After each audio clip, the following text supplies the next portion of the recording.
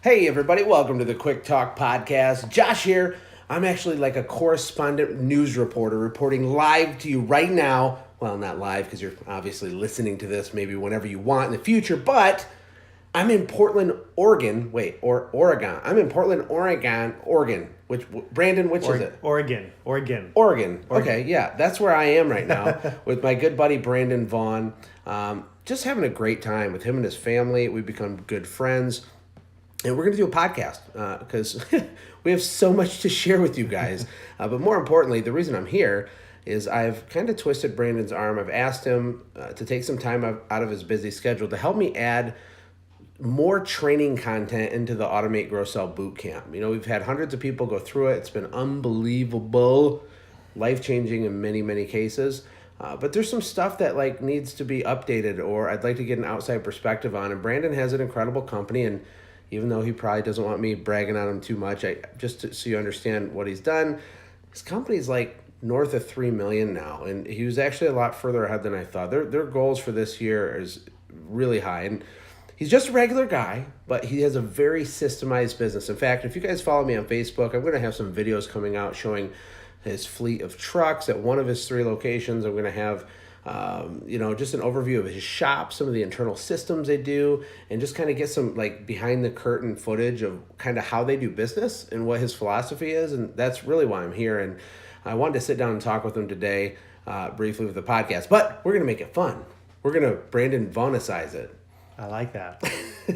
So Brandon's going to interview me for half of it. I'm going to interview him because, well, it's really late at night. We're delirious, and it sounded like a lot more fun to do it that way. So who wants to go first? How about paper, scissors, rock? One time, okay. All or nothing. All right, here we go. Ready? Oh, wait. You do the paper, scissors, and then you do it, but it's supposed to be paper, scissors, 1, 2, 3, then shoot, right? Let's do it. You got it. Are we doing it your way? We'll do it your way. Okay. Paper, scissors, rock, shoot. Ha! That's it. I won. Okay, so that means I'll interview you first. Okay, that was weird. I wonder what this will be like on audio. Well, I'm going to listen back later. Okay, here's the topic. It's actually really, really good stuff. The topic is our top 3 mistakes. So we spent several minutes before we recorded this and both wrote down what our biggest mistakes were in business. And that's really hard because I've made like so many mistakes. It's hard to narrow them down, but there are certain ones that rise to the surface when I think about them, and I know that's true for Brandon too. So let's start with the first one, Brandon. If I was to ask you, what is the first of your top 3 mistakes that you think you've made while you've been scaling your business over the past 4 or 5 years? See, I think you need to clarify. It actually took us 30 seconds to come up with 3 mistakes, and then it took us like 5 minutes to narrow down the big list that we had. Exactly. There's countless mistakes, but some of them are more painful than others. What do you got? So the first one that I wrote down was not creating accountability systems for middle managers. So it was what I also call delegation by abdication. Mm-hmm. Like you're like, sweet, you can take care of this for me. Awesome. Here you go. It's all yours. And then just kind of turning a blind eye and just, they got it. They got it taken care of. Everything's good. And you don't need to check in with them until something's drastically wrong. And then you come in and you really have no one to blame but yourself because you haven't actually created good systems. We still blame them in the moment because it's definitely their fault, right? As it happens, right? In real time, I know that's how I felt, right? I mean, how long did you delegate by abdication, which is a really fancy word. Maybe you could elaborate on that, but how long did you live in that before you finally realized that it was the wrong way? I think probably what ended up happening is once I hired like my first general manager, it felt really, really good. I felt super businessy and really special and really awesome. Like I made it, because right. I could be up in my house and we could go on vacation and like the business would be running awesome. I didn't have to check in, like things were good. And, I'd say pride was probably the biggest reason why I kind of just let things go and let things run. And then you come back into your business and you realize that things are not at all what they should be because you didn't create accountability systems. You didn't say, okay, this is what you have to report on every single week. You got to check in with me. Putting those systems of accountability in there so that things don't get bad. And I think that's what the abdication comes in, is that you just like kind of throw it over here and then you kind of wipe it out of your mind completely and you just walk away from it. and be like, one less thing that I have to worry about. When in reality, that's totally the wrong way to delegate. It's not delegation at all. Is it like more or less just assuming that they got this without going through the long process of clearly communicating not only their job expectations, but coaching them over and over, that whole process, that development? Yeah, I had a really awesome business mentor that I worked with, and he said there's 3 steps in a training process. The first one is tell, then show, and then watch. Like, until you've followed all 3 of those steps to their completion, you really haven't trained anyone to do anything correctly. And I think as business owners, what we have a tendency to do is like tell them what they do, and you're like, sweet, you got it, or maybe you might show them, but then you're like, okay, good, great, and then you just walk away from the situation. And then you come back later and you're like, whoa, I don't understand. How come you haven't gotten this thing?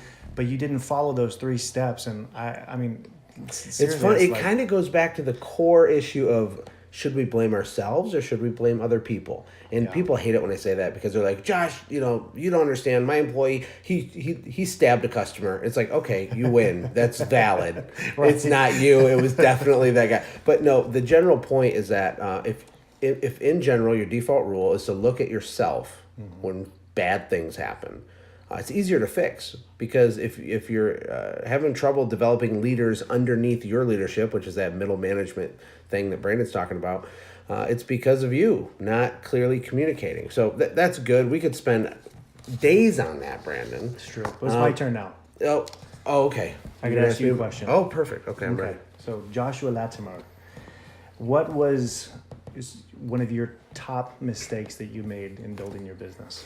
Well, the audience is not going to believe this, but you have not seen my paper, correct? We did not share each other's papers with each other. Nope. Assuming people know how to do their job. I kid you not. It's not top of my list. That's weird. I wanted to say something when you were answering, because I had the same thing. It's more or less the same answer, and it's not understanding that communication is not an event; it's a habit. And so when you communicate to employees, you don't tell them, do this, fill out your paperwork, put it here. Okay, cool. You got it? Yeah, I got it, boss. And then you leave, and then you bite their head off and they didn't do it, 45 days later. Right. It's an ongoing, perpetual, non-negotiable, no exceptions, no excuses conversation done by you. You create the narrative on a daily and a weekly and a monthly basis. Eventually it gets baked into your culture and it works and you can leave. But it honestly, it takes some time for that to happen. I didn't realize that. So my head moves a mile a minute, and so do most entrepreneurs and most small business owners. If you're a maniac and started your own company like us, you think quick and you move fast. And when you hire someone that is just a regular old employee, there's nothing wrong with the fact that they don't think like that. So sometimes we have to downshift and actually do what you said was amazing, which was, you said you have to tell them, show them, and then watch them. I was moving way too quickly, and I didn't provide the proper communication for people to do their job, and it was totally my fault. And it's a nightmare, honestly. Mm-hmm. Yeah, absolutely. I think the biggest thing about it is that it's kind of a pride thing. It's kind of a humility thing. You have to work yourself through to realize. I'm actually the most humble person I know. I don't think I struggle with that. I was going to say you are a pretty remarkably humble person. It's one of those things where, it's an exercise in humility to realize that other people don't think the way that you do, and to realize that the way that they think is not the wrong way to think. It's just that people communicate in different levels. You have auditories, you have visuals, you have handsy feelsy people, not in a weird way, but you just have you have people that just need to experience things for themselves, for them to actually grasp and learn how to do something. And your job as the leader of a company is to learn how other people communicate and how they learn, and how to communicate to those people in a way that sets them up to be successful. Yep, I agree. And it's not easy. You guys better be reading some books and doing your homeworks and stuff and watching your videos late at night and getting ready, or it's going to be hard. And not to drag this out, but that if you can't build that layer of management in between you and the techs, the people you have working in the field serving your customers, if that doesn't exist, that's okay. But your life will be a nightmare, and you're going to work 7 days a week like a maniac, and you will be a slave to your company. It's that middle layer that really sets you free. Mm-hmm. So nailing that is huge. So, all right, table turned back. Brandon, what is the second, and not that they're in necessarily a particular order, maybe yours are, but what's your second mistake you want to share that you've that you've made? This was kind of like an epiphany moment I had when I finally realized what I was doing was utterly wrong and really, really hard to control. Showing negative emotions to employees. How to be that CEO and a leader. You're the want everybody to like you, super overly nice guy, and they walk into like a doormat guy? Yeah. It's because the hard part for me was that I would be having a really, really crap day. I mean, just really miserable. Everything was going wrong. I'd be super stressed out. And I would show it. I'd walk into the company. I'd be down. I'd be irritated. I'd be venting to my employees. I'd be telling them too much information about, the problems that we were having and how this was having an issue and that was having an issue. And the thing is that at the end of the day, I'd look around and everybody mirrored my emotions. So if I was negative and I was down and I was depressed, then suddenly everyone else was depressed and they were disengaged, and it just kind of rippled through. And I think the hardest part to do as an entrepreneur and as a business owner is to be on for your employees, to be the visionary, to be inspirational. I misunderstood. I just don't want the audience to be confused. What you're saying is totally awesome.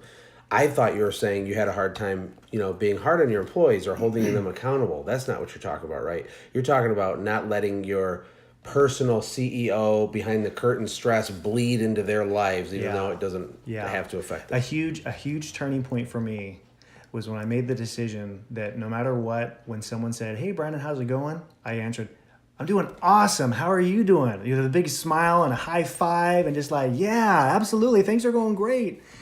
And even if you were dying inside and you want to just curl up in the fetal position in the corner and be like, "No one talk to me. Don't look at me. I'm a failure as a business owner." Right. You can't be that for your team. You have to be on. And when you show up to work, it's your job as CEO.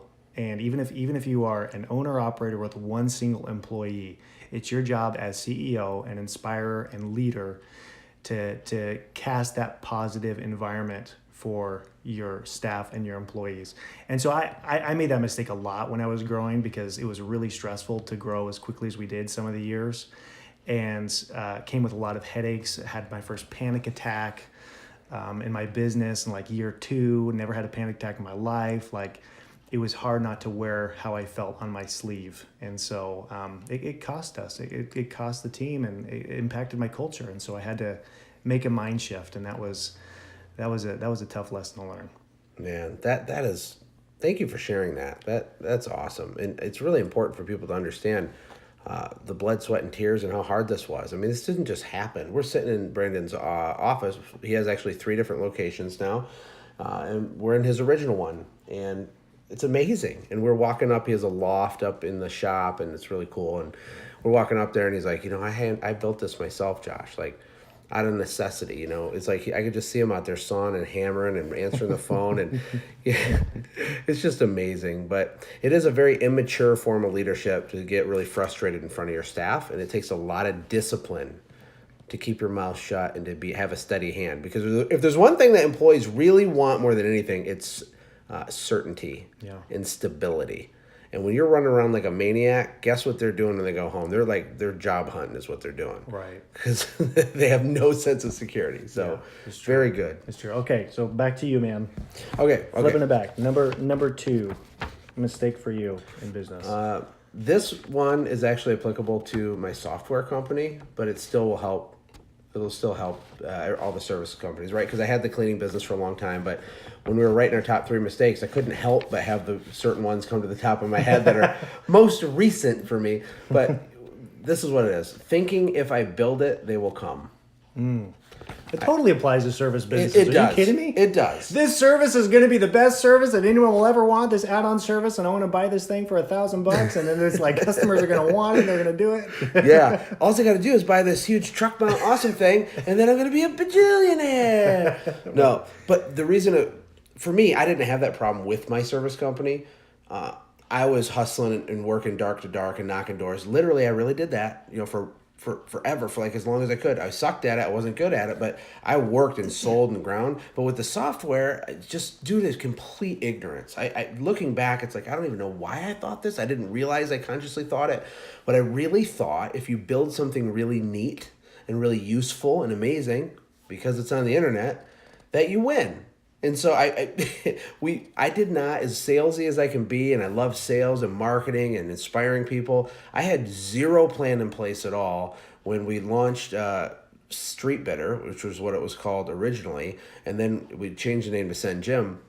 And so it was kind of like crickets. Like, we didn't sell that much. I think when we originally launched, we sold like $60,000 worth of software the first like month and a half, which might sound like not a lot. It's not when you spend hundreds of thousands of dollars in years of your life, right?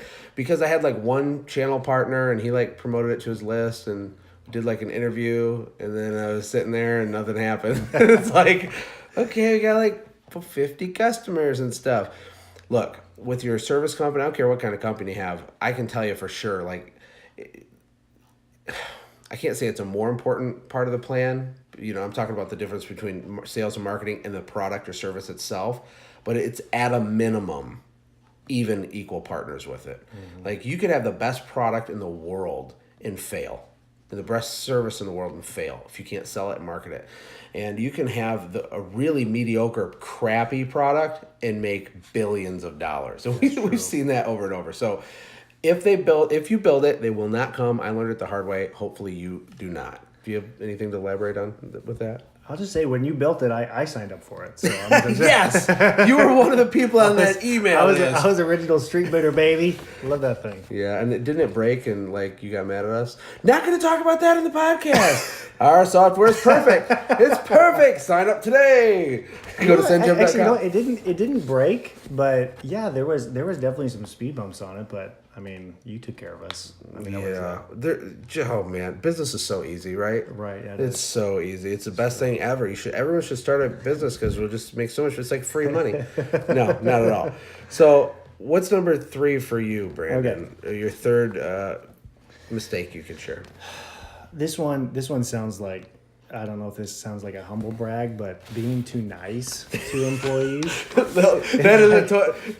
valid, but it is a humble brag when you're interviewing someone and you're like, "What's your greatest weakness?" And you're like, "It's just caring too much." You know, it's like it's so that way.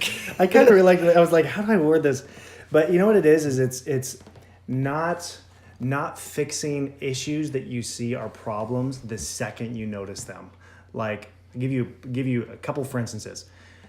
Your company policy is you don't show up in bleached out pants and wrecked shirts and blue jeans or ripped blue jeans and cigarettes hanging out of your mouth. Like, our company policy is that of professionalism, but people come in and I have a hard time I feel like sending a dad. them home. Yeah, I feel like a dad to be like, tuck that shirt in. Why are those pants unacceptable? I need to get back home. Pull those pants up, young man. But so that's like a small instance. And the bigger instances are you just really, really like the people that you work with. I think that being a business owner is one of the most incredible privileges in the entire world, because you get to pick exactly who the people are that you get to work with. I'm just thinking about that for a second. Any employee in the world, like, they do not really get to choose who their coworkers are, but you as a business owner, you really do get to choose who you get to work with, and you spend 50% of your life with the people that you work with. I mean, your waking hours, like at least 40%. I've never even heard someone say that, but that is freaking awesome. This is like, I mean, to me, that is a huge special privilege. So, I mean, I care about my employees like their family, and probably to some in my previous parts of my, journey into entrepreneurship and as a business owner, probably too much. Like, I probably cared a little bit, too much about wanting, hurting their feelings, making sure they're okay, making sure that they liked me.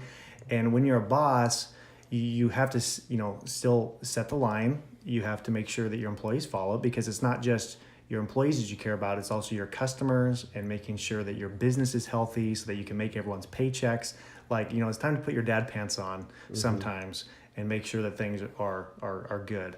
So it's more just, one of my biggest mistakes that I made was the second I noticed there being a problem with someone, I would instantly go up to them and tell them, hey, this needs to be fixed.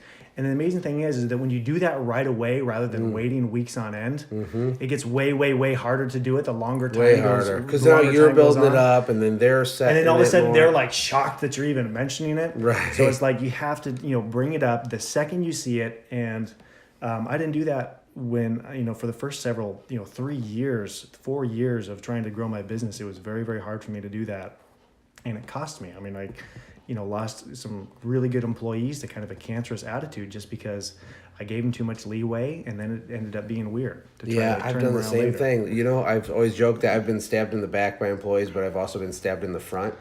But the times you're stabbed in the front are the ones where you kind of cross that professionalism line. Maybe you're starting to give them personal loans on a recurring basis, or you're in too deep in a way it's not inappropriate, like it's wrong legally or something, but there's like this box, and you need to be a dynamic, amazing leader that deeply, genuinely cares for your team, but there is lines in the box, and if you cross it, things can get weird, and some of the biggest pain can come from having those types of relations. And maybe that didn't even make sense. If it doesn't, I'm sorry, but for those of you that have had that happen, I think it makes a lot of sense, right?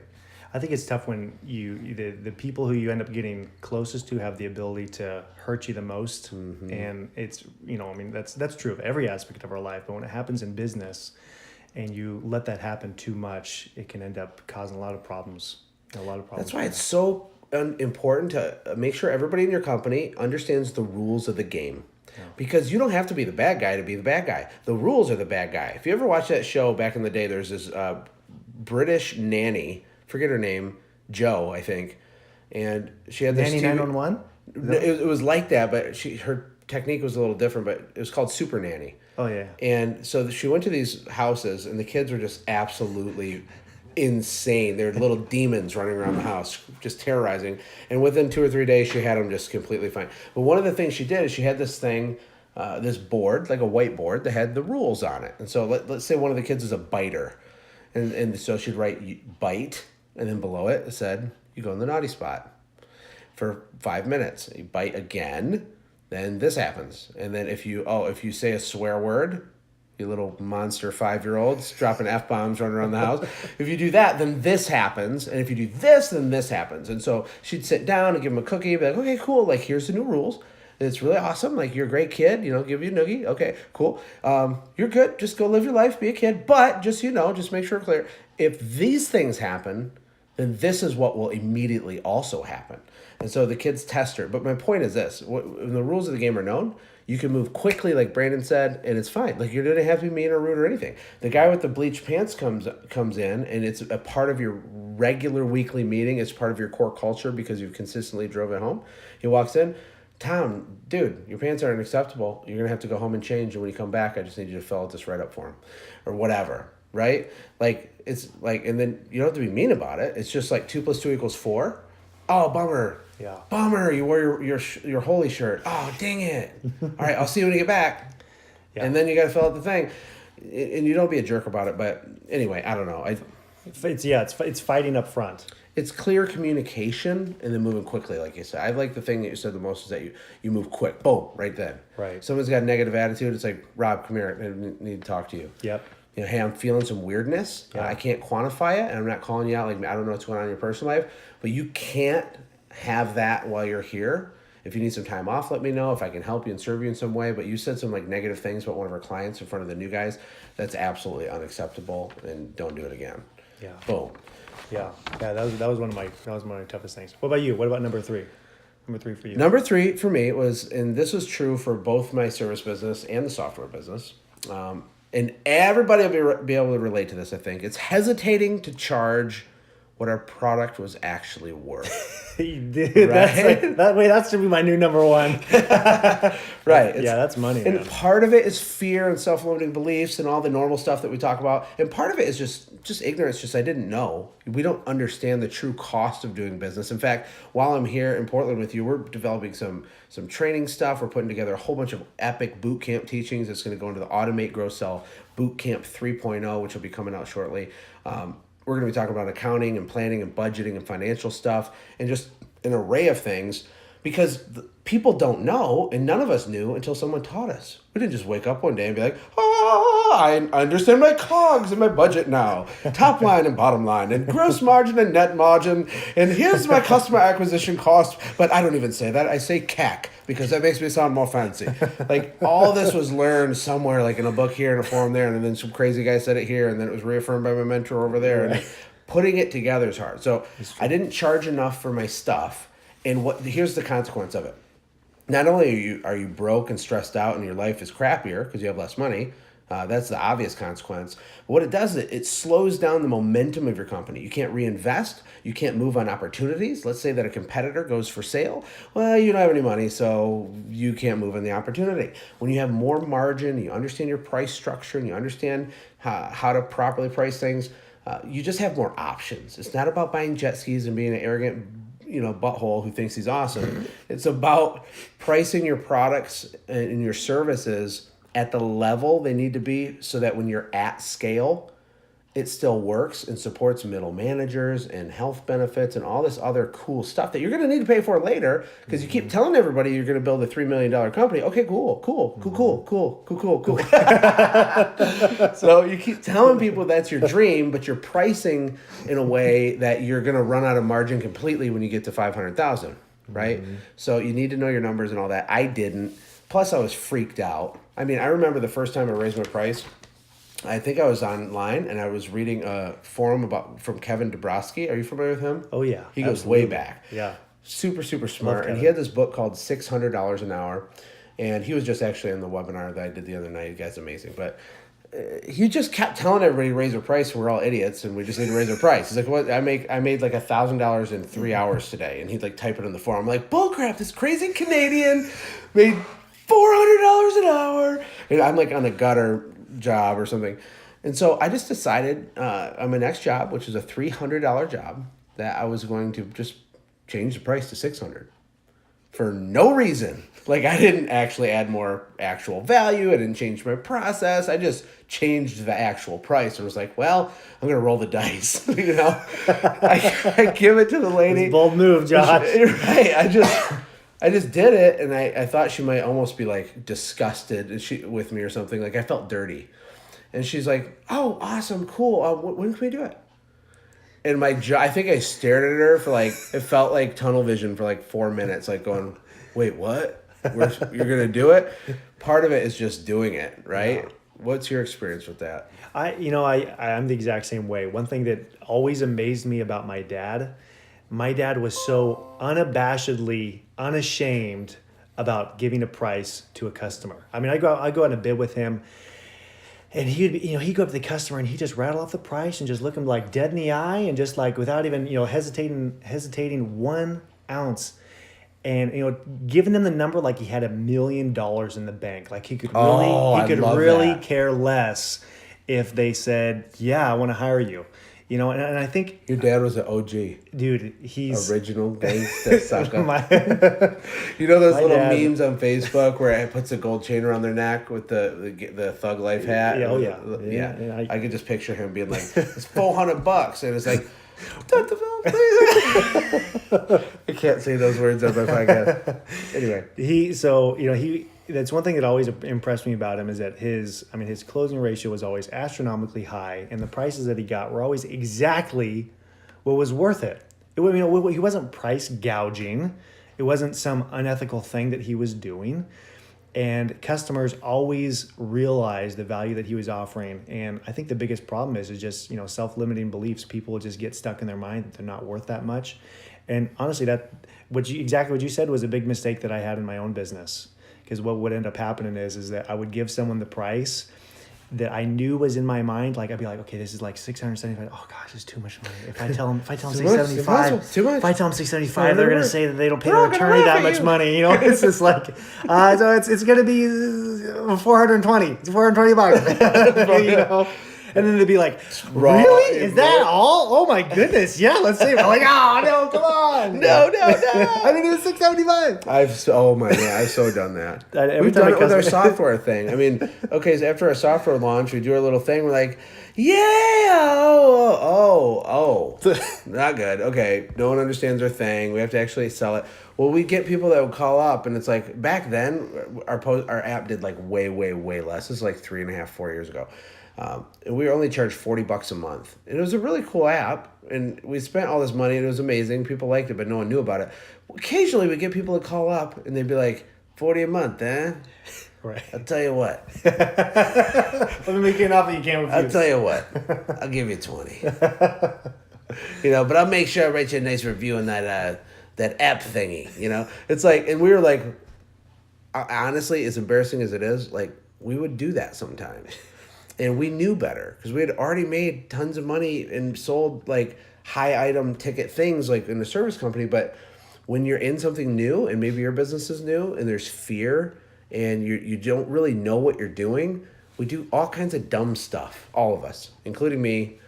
Brandon doesn't. He does perfect stuff. But no. Have you noticed how the people who beat you up on the price the most are the ones who appreciate it the least at the end of it? They're always just, they're the ones that, never appreciate what exactly you offered them. And it's just, It's absolutely true. They have most things to complain about. And they're focused on the wrong stuff. Yeah. They're not focused on the experience. They're not focused on it. And some people are just miserable people, by the way. Like, there's a percentage of the population that is just mad all the time. Yeah. And guess what? They call carpet cleaning companies to get their carpet cleaned. It's like Russian roulette out there answering your phone. You don't know if you're going to get one. We had a drunk lady one time. Our crew gets there. We actually sold the job. They walk in, and she couldn't even talk. And the crew leader opens the door. He's like, does our script. Like, hi, Mrs. Jones. My name is Travis. I'm here. I'm the crew leader. I'm the person in charge. I'm to exceed your expectations or whatever. And she looks him right in the face at like 9 a.m. and just says, F you. Except she says it, right? And she's like, smells of vodka. And they thought she was kidding in a weird way because she was like in her 60s. But she let him in. And so they started hesitantly cleaning and whatever. I mean, there's some wackos out there. And what I told someone via private message yesterday was don't build your systems around the anomaly. Yeah, that's good. People bounce a check to you.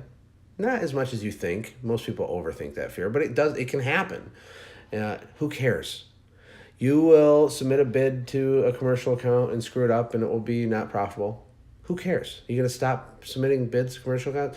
You could have a customer who complains and gives you a bad review. So you're going to overhaul your entire process for that one squeaky wheel weirdo. Look, if there's a consistent, repeatable problem, fix it. If it's just one of those weird things, just chalk it up to human statistics and move on with your life. Wow, that's good advice, man. Absolutely. Yeah. That's good. Hey, you had some 3 good ones. I like that. 3 bad ones, which turned into 3 good ones. 3 bad ones. You turn around. You did too. Well, let's do this again tomorrow because there's cool. so much more that we'll get into, guys. We very much appreciate you, and I also want to thank everybody that's given an iTunes review. We shot way up over 100 reviews, and they're super nice and kind and generous. Like I feel crazy reading them. Like, are you kidding me? Like I can't believe the impact this podcast, and I think the consistency of it is having on a lot of you guys. We really need to just keep sharing it and getting it out there. I know you're going to ramp up into your busy season and whatnot, but if this has added value to you, if you've extracted value and taken from this podcast in any way or the guests, just reciprocate by giving a 5-star iTunes review and doing a quick share. Is it annoying? Yeah, sure. It's a little annoying, but it's not that big of a deal, and it's a digital high five to me. So thank you, Brandon, for your time, and thank you guys for listening. My pleasure. Thank you. Take care, everybody. God bless.